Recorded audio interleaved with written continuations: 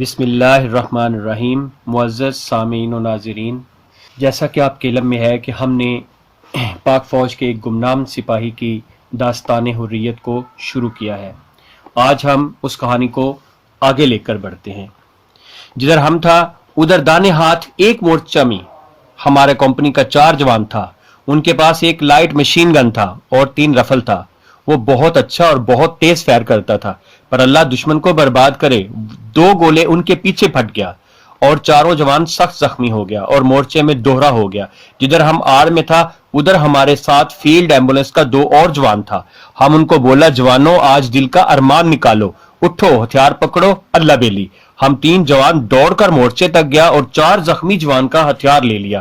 ہمارا ڈیوٹی یہ تھا کہ زخمی جوان کا خیال کرتا، پر ہم اتنا جوش میں آ گیا کہ پرواہ نہ کیا کہ وہ 4 جوان زندہ ہے یا مر گیا ہے۔ وہ بے ہوش پڑا تھا۔ ہم نے سوچ لیا تھا کہ آج کوئی زندہ نہیں رہے گا، بس ہمارے دل کا بھڑاس نکالو۔ ہمارے ساتھ ایک لیس نیک تھا، وہ مشین گن لے لیا اور ہم 2 جوان رفل لے لیا۔ لیس نیک نے دانے ہاتھ دیکھا اور بولا، جوڑی داروں دشمن داہنے کو آگے نکلتا ہے۔ ہم فیلڈ ایمبولینس کا 3 جوان اللہ کو یاد کیا اور اللہ کے رسول کو پکارا اور عرض کیا، یا رسول اللہ، ہمارا عزت تمہارے ہاتھ میں ہے۔ دانے طرف دشمن کا 2 ٹینک اور بہت سارا ہری وردی والا پیادہ جوان ایڈوانس کرتا اور پوزیشن لیتا تھا۔ ہم دشمن کو پہلی بار اتنا نیڑے سے دیکھا۔ ہم اپنے جوڑی دار کو بولا، جوانوں اٹھو، ہم کافر سے ہاتھ لڑے گا۔ پر لیس نیک بولا، جانگلی آڑ سے مت نکلو، دشمن کا مشین گن بھون دے گا۔ ہم اس کا بات مان لیا۔ ہم مورچی سے ایمونیشن لے کر بہت فائر کیا۔ ہم شست باندھ کر گولی چلاتا تھا۔ آگے اللہ کو معلوم ہے کہ کسی کو لگتا تھا کہ نہیں، پر ہم اتنا ضرور دیکھا کہ جو دشمن کا جوان ہلتا نظر آتا تھا وہ ہمارا گولی کے بعد ہلتا نظر نہیں آتا تھا۔ ہمارے مورچے کے بالکل نیڑے دشمن کا ایک گولا پھٹا۔ ہم کو ایک کا 3 نظر آنے لگا۔ ہم کو معلوم نہیں تھا کہ جو گولا نیڑے پھٹتا ہے وہ اتنا زور سے پھٹتا ہے کہ ہم کو لیس نیک نے بولا، جگرا قابو کرو، ڈرو مت۔ ہم بہت مشکل سے جگرا قابو کر لیا، پر ہم نہیں ڈرا۔ پلٹن کا ایک جوان ہم سے 20 گز دور آڑ میں تھا۔ وہ زور سے بولا، کون ہے تم؟ یہ پوزیشن چھوڑو، آڑ بدلی کرو، تم کو دشمن نے دیکھ لیا ہے، ابھی گولا۔ پھر ہم فیلڈ ایمبولینس کا 3 جوان ادھر سے ہٹ گیا اور ایک دوسرے سے دور ہو گیا۔ لڑائی بڑے زور کا تھا، دھواں غبار اٹھنا ہی گولا پھٹتا تھا۔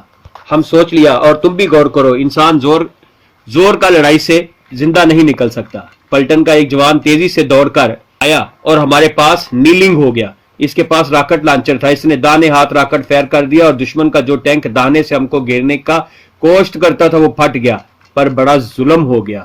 یہ جوان پوزیشن بدلی کرنے کے واسطے اٹھا تو ایک گولا بہت نیڑے پھٹا۔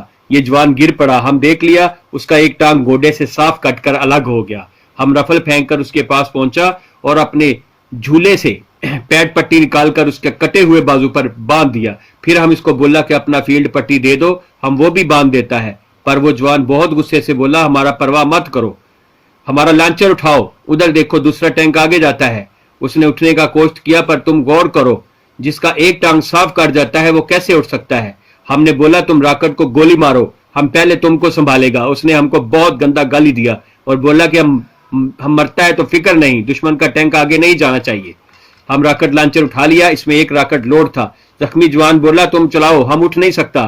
ہم بولا، ہم نہیں چلا سکتا، ہم فیلڈ ایمبولینس کا جوان ہے۔ زخمی جوان نے ہم کو اپنے نیڑے نیلنگ بیٹھنے کو بولا تو ہم نیلنگ بیٹھ گیا۔ وہ جوان لانچر ہمارے کندھے پر ٹھیک سے رکھ دیا اور بولا، اس میں راکٹ ہے، ابھی ٹریگر سے انگلی باہر رکھو اور اس میں شست لو، جلدی کرو، گرائیں ٹینک آگے جاتا ہے۔ ہم نے دیکھ لیا ٹینک بہت دور نہیں تھا۔ زخمی جوان لیٹے لیٹے لانچر کا فاصلہ ٹھیک کیا اور بولا، انگلی ٹریگر پر رکھو، پکڑ مضبوط، ٹینک کا سینٹر شست میں دیکھو، بسم اللہ پڑھو اور انگلی دبا دو۔ وہ جیسا بولا ہم ویسا کیا اور ہم بڑی زور سے بسم اللہ شریف پڑھا اور انگلی دبا دیا۔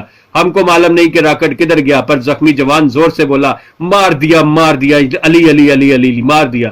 پر ہم ادھر دیکھا، وہ ٹینک جس کا ہم شست لیا رک گیا تھا، پھر اس میں سے دھواں نکلا، پھر ٹینک ایسے زور سے پھٹا کہ ہمارا دل گردہ ہل گیا۔ ہم کو اس واسطے بہت خوش ہوا کہ ہم اپنے ہاتھ سے سن 47 کا بدلہ لے لیا۔ ہمارے پیچھے بہت شور ہوا، کوئی جوان زور سے بولا، ٹینک آ گیا، ٹینک آ گیا۔ ہم ڈر گیا کہ دشمن کا ٹینک پیچھے سے آ گیا، پر معلوم ہو گیا کہ وہ ٹینک ہمارا تھا جو پیادہ کمپنی کا مدد کے واسطے پہنچ گیا تھا۔ ہمارا ٹینک کھلر گیا اور دشمن کا ایسا کونڈا کیا کہ نہ اس کا انفنٹری پلٹن رہا، نہ اس کا ٹینک رہا، اور لڑائی ختم ہو گیا۔ یہ لڑائی پورا 1 میل کے علاقے میں تھا. ہم کو آرڈر مل گیا کہ جدھر جا رہا تھا ادھر مت جاؤ اور اس 2 کمپنی کا زخمی اور شہید کو پیچھے لے جاؤ. ہم سمجھ لیا تھا کہ 200 میں 100 جوان ضرور شہید ہوگا اور باقی سب زخمی ہوگا, پر تم میرے اللہ پر یقین کر لو, ادھر کل 7 شہید اور 18 زخمی تھا. اور ہم تم کو دشمن کا نقصان بتائے گا تو تم بولے گا کہ ہم جھوٹ بولتا ہے, اور ہم تم کو یہ بتائے گا کہ دشمن کا کتنا ٹینک تباہ ہو گیا تو تم بولے گا ہم پھر جھوٹ مارتا ہے. تم نہیں مانتا تو بس ایک ٹینک کا ضرور مان جاؤ جس کا ہم نے خود تباہ کیا. ہم کو اس جوان کا غم تھا جس کا ٹانگ گوڈے سے صاف کٹ گیا تھا. اس کا سارا خون نکل گیا تو اس کا رنگ لاش کی مافک ہو سفید ہو گیا. ہم سمجھ لیا کہ یہ جوان شہید ہو جائے گا. ہم جب اس کو اسٹریچر پر ڈال کر ٹرک میں لوڈ کیا وہ بے ہوش تھا. ہم بہت پھرتی سے سب زخمی اور شہید کو ٹرک میں لوڈ کیا اور چل پڑا. محاذ کے پیچھے بڑا چوڑا کھڈا تھا, اس کے اندر ہمارا فیلڈ اسپتال تھا. اوپر چھولداری پر جال اور جال کے اوپر جھاڑی اور ڈالی ڈال دیا تھا. ہم زخمی کو ادھر بڑے آرام سے اتارا. صرف ایک جوان تھا جس کا ٹانگ کٹا تھا, باقی صرف زخمی تھا. ٹانگ بازو سلامت تھا. ہم سب سے پہلے ٹانگ والے کا اسٹریچر میڈیکل افیسر کے آگے رکھ دیا. میڈیکل افیسر دیکھا تو گھبرا گیا, بولا اوہ تمام خون چلا گیا, فوراً خون لگا دو, ادھر لے جاؤ اس کو. ادھر وہ درخت کے نیچے تازہ خون دینے کا بندوبست بہت اچھا تھا. ہم پھرتی سے اسٹریچر ادھر لے گیا. نرسنگ اردلی اور دوسرا میڈیکل افیسر پھرتی سے اس کو خون کا نالی لگا دیا اور کاٹے ہوئے ٹانگ پر صحیح پٹی باندھ دیا. اسٹریچر زمین پر رکھا تھا. اسپتال پکا نہیں تھا. ادھر خون دے کر زخمی کو چھاونی کے اسپتال میں بھیجتا تھا, پھر وہ زندہ رہ جاتا تھا. ہم اس جوان کے پاس بیٹھ گیا, اس کو غور سے دیکھنے لگا. وہ بالکل لڑکا تھا, ابھی پورا جوان بھی نہیں ہوا تھا, ابھی تھوڑا منہ چھایا تھا. ہم نے ادھر سوچا یا مولا علی یہ بچہ ہے, اس کا ٹانگ کٹ گیا ہے, اب یہ سارا عمر کیا کرے گا, اس کا بھجنے دوڑنے کا عمر ہے, اس کا مائی بان کیا سوچے گا. پر ہم نے سوچ لیا کہ اس لڑکے نے قوم کے واسطے سارا عمر کا کھیل دوڑ قربان کر دیا, اس کا مائی باپ افسوس نہیں کرے گا. پر ہم نے یہ بھی سوچ لیا کہ جس قوم کے واسطے اس نے قربانی دے دیا, اس قوم کو کون بتائے گا کہ اس نے قربانی دیا. ہم نے سوچ لیا کہ اس کو کوئی اپنی لڑکی کا رشتہ بھی نہیں دے گا, بولے گا یہ تو لنگڑا ہے, کیا کام کرے گا. ہم کو معلوم تھا یہ لڑکا پڑھا ہوا بھی نہیں تھا اور یہ دفتر میں کیسے کام کرے گا, اس کو کوئی چپراسی کا نوکری بھی نہیں دے گا. ہم کو بہت غم ہوا, پر ہم نے اپنے دل کو تسلی دے لیا کہ ہمارا قوم غیرت والا ہے. وہ اس لڑکی کو گلے لگائے گا اور بولے گا کہ اس لڑکے نے ہمارا مائی بہن کا عزت کے واسطے سارا عمر برباد کر دیا. تم بھی غور کرو. ہم ادھر بہت غور کیا, ہم بہت سوچا, پر ہمارا سارا بات بے فضول تھا, پر ہم بہت غور کر لیا. جنگ ختم ہو گیا پر ہم فوج میں نہیں رہ سکا, اس واسطے کہ آخری روز سیالکوٹ کے محاذ پر ہم زخمی کو اٹھا رہا تھا, ایک گولہ ہمارے نیڑے سے پھٹا. ہم صاف بچ گیا, پر ہمارا ایک آنکھ کا نظر خراب ہو گیا اور بارود اندر جانے سے ہمارا پھیپڑا بھی خراب ہو گیا. ادھر ہمارا بہت علاج ہوا پر کھانسی ٹھیک نہیں ہوا. ہم کو دم چڑھ جاتا تھا. جب فوج بارک میں آ گیا تو ہم کو میڈیکل پینشن مل گیا. ادھر تم غور کرو. ہم اب جو کہانی سنائے گا وہ سٹوری نہیں ہے, سٹوری جھوٹا ہوتا ہے, کہانی 16 آنے سچ ہوتا ہے. ہم گھر چلا گیا. ہمارے دل میں اس لڑکے کا بہت خیال آتا تھا, ہم کہ کدھر نوکری نہ ملا ہوگا. ہم سوچتا تھا کہ جس کا ٹانگ کٹ گیا تھا اس کو نوکری کدھر سے ملے گا. 1 سال گزر گیا. ہم کو اپنے ماموں نے کراچی سے خط لکھا اور ادھر آ جاؤ, نوکری مل جائے گا. ہم کراچی چلا گیا. 2-3 روز ہم اپنے ماموں کے ساتھ سڑک پر بس کے واسطے کھڑا تھا. ہم نے دیکھا کہ ایک آدمی پہیوں والا ریڑی پر سبزی ترکاری بیچتا تھا. کراچی میں لوگ سائیکل کے 4 پہیے لگا کر چھوٹا سا ریڑی بناتے ہیں اور گلی گلی چیزیں بیچتے ہیں. وہ آدمی ریڑی کو دھکیل کر ادھر لا رہا تھا جدھر ہم کھڑا تھا, پر ہم نے دیکھ لیا وہ آدمی ٹھیک سے نہیں چلتا تھا. وہ ایک قدم ٹھیک اٹھاتا تھا پر دوسرا قدم پر اچھلتا تھا. ہم اپنے ماموں کو دکھایا کہ دیکھو وہ آدمی کیسا چلتا ہے, ایک قدم چلتا ہے دوسرا قدم اچھلتا ہے. جب وہ آدمی ہمارے پاس آ کر ریڑی کھڑا کیا تو ہم دیکھا کہ اس کا دوسرا ٹانگ نہیں تھا, گوڈے سے کٹا ہوا تھا. اس نے ریڑی کے ساتھ نیچے کر کے لکڑی کا پھٹی لگایا ہوا تھا اور پھٹی پر کپڑے کا گدی بنایا ہوا تھا.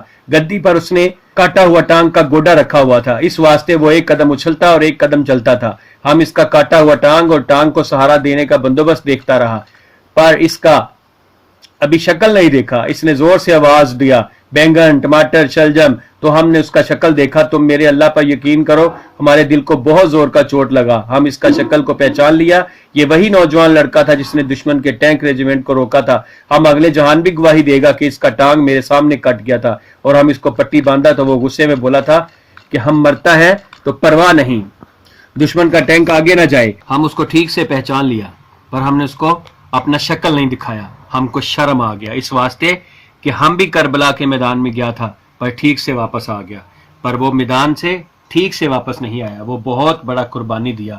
ہم کیا دیا؟ ہم حیران ہوتا ہے کہ فوج کے زخمی کو لکڑی کا ٹانگ مفت ملتا ہے، اس کو کیوں نہیں ملا؟ پر ہم نے سوچ لیا کہ لکڑی کا ٹانگ ضرور ہی ملا ہوگا، یہ جوان اس کو پسند نہیں کرتا اور اس کے ساتھ اتنی دور کا پھیری نہیں لگا سکتا۔ خیر، اس کا مرضی ہے لکڑی کا ٹانگ لگاتا ہے کہ نہیں لگاتا، پر ہم یہ سوچتا ہے کہ لوگوں کے بھرے ہوئے کراچی شہر میں صرف ہم ایک آدمی نے اس کو پہچان لیا کہ وہ قوم کا غازی ہے، اور کوئی آدمی اس کو نہیں پہچانتا۔ ادھر سے کسی بچے کا زور سے آواز آیا، او لنگڑے سبزی والے! اس نے پھرتی سے ریڑھی گھمایا اور ادھر کو ریڑھی لے گیا۔ ہم کو بہت غم ہوتا ہے کہ جس نے سیالکوٹ میدان میں یا علی کا نعرہ لگا کر ٹانگ کٹوا لیا، وہ آج بھینگن ٹماٹر کا نعرہ مارتا ہے اور لوگ اس کو لنگڑا سبزی والا بولتا ہے۔ ہم کراچی والوں کو اور سارے پاکستان کو سناتا ہے کہ اگر یہ غازی لنگڑا نہ ہو جاتا تو سارا پاکستان لنگڑا ہو جاتا۔ تم غور کرو اور ہم کو بتاؤ کہ اس کو کیوں نہیں پہچانتا۔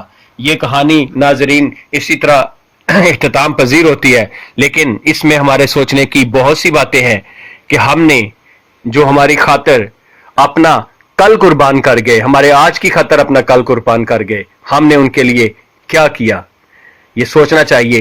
صرف کیا ہماری زبانیں اتنی لمبی ہیں کہ ہم پاک فوج کے ان جوانوں پر بھونکتے پھریں، کبھی کچھ کریں کبھی کچھ کریں؟ یہ بھی آپ سب کے علم میں ہے کہ دہشت گردی کی جنگ میں ہمارے جوانوں نے کتنی قربانیاں دی، کتنا کچھ کیا۔